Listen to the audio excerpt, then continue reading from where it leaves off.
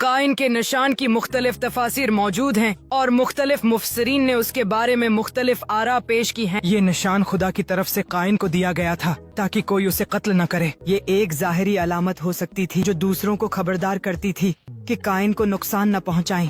بعد روایات میں ذکر ملتا ہے کہ یہ نشان قائن کے جسم پر کسی خاص جگہ پر ظاہر ہوا تھا، جیسے کہ اس کی پیشانی پر کوئی علامت یا رنگت میں تبدیلی۔ روحانی یا باطنی نشان، بعد مفسرین کا خیال ہے کہ یہ کوئی جسمانی نشان نہیں تھا بلکہ ایک روحانی یا نفسیاتی اثر تھا جس کی وجہ سے لوگ قائن کو نقصان پہنچانے سے گریز کرتے تھے۔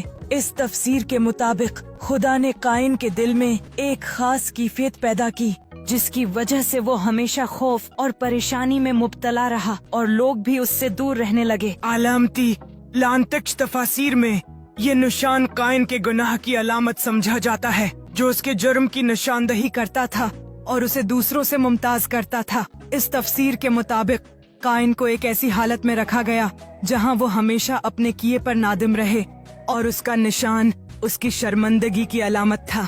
خدا کی رحمت کی علامت، بعد مفسرین کے مطابق یہ نشان خدا کی رحمت کی علامت تھا۔